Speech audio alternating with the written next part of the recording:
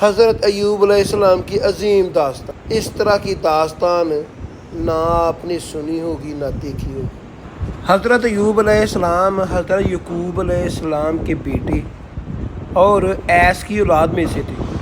علامہ ابن عساکر رحمۃ اللہ تعالیٰ کے مطابق حضرت ایوب علیہ السلام کی والدہ حضرت لوط علیہ السلام کی بیٹی تھیں۔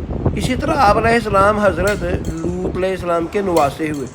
حضرت ایوب علیہ السلام سرزمین اوس کے رہنے والے تھے، نہایت سچے، اللہ تعالیٰ سے ڈرنے والے انسان تھے اور برائیوں سے دور رہنے والے کامل انسان تھے۔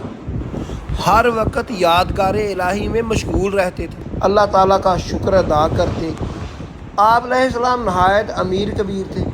اللہ تعالیٰ نے مال و دولت اور جائیداد، شاندار محلات، نوکر چاکر اور کثیر اولاد سے نوازا۔ قرآن پاک میں آپ علیہ السلام کا ذکر 4 سورت مبارکہ میں آیا ہے: سورۃ نساء، سورۃ انعام، سورۃ انبیاء اور سورۃ صاد۔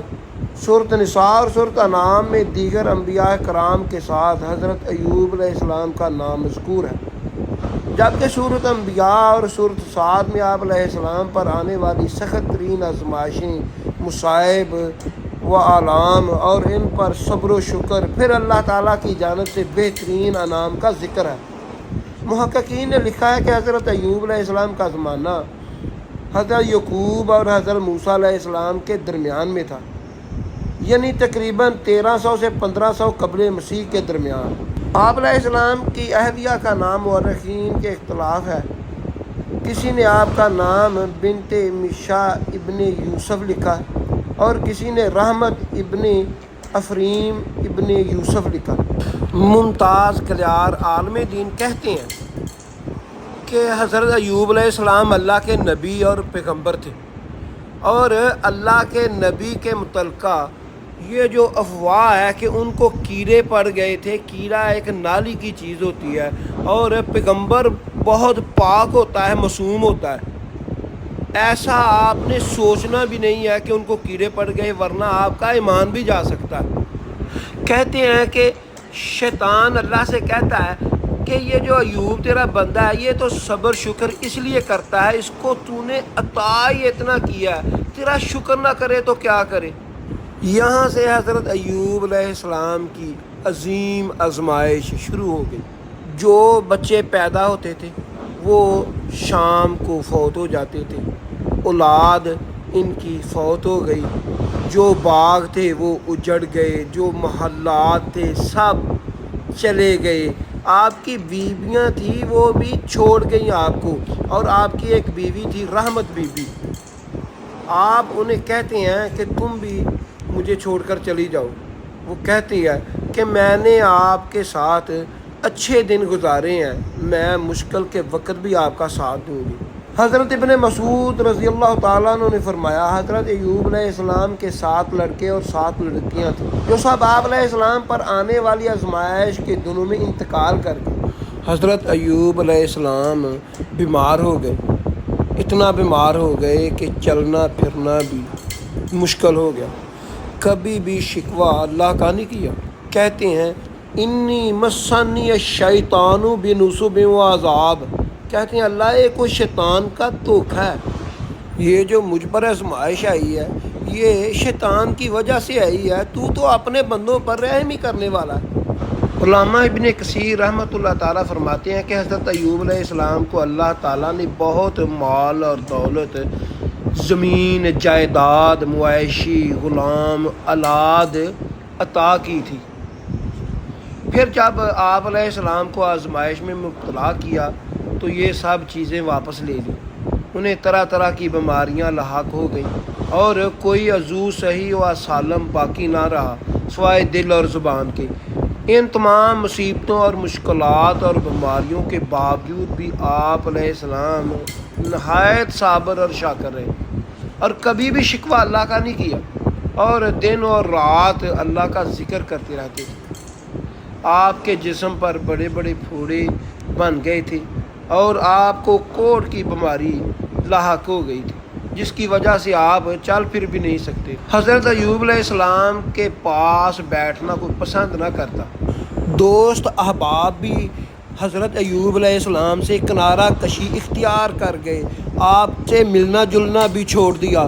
کوئی بھی حضرت ایوب علیہ السلام کا غم خوار ساتھی دوست حال پوچھنے والا بھی نہ رہا، سوائے آپ کی بیوی رحمت بی بی کے، جو آپ کا بے حد خیال رکھتی تھی اور لوگوں کا کام کر کے آپ کے لیے کھانے کا انتظام کرتی تھی۔ امام بخاری رحمۃ اللہ تعالیٰ اپنی صحیح روایت میں نقل کرتے ہیں کہ نبی کریم صلی اللہ علیہ وآلہ وسلم نے ارشاد فرمایا، حضرت ایوب علیہ السلام غسل فرما رہے تھے کہ اللہ تعالیٰ نے سونے کی چند ٹڈیاں ان پر برسائیں، اور حضرت ایوب علیہ السلام ان کو دیکھا تو مٹھی بھر بھر کے کپڑے میں رکھنے لگے۔ اللہ تعالیٰ نے ایوب علیہ السلام کو پکارا، ایوب، کیا ہم نے تم کو یہ سب دان و دولت دے کر غنی نہیں بنایا تھا؟ پھر یہ کیا؟ حضرت ایوب علیہ السلام نے عرض کیا، پروردگار، یہ صحیح اور درست ہے، مگر تیری نعمتوں اور برکتوں سے کب کوئی بے پرواہ ہو سکتا ہے؟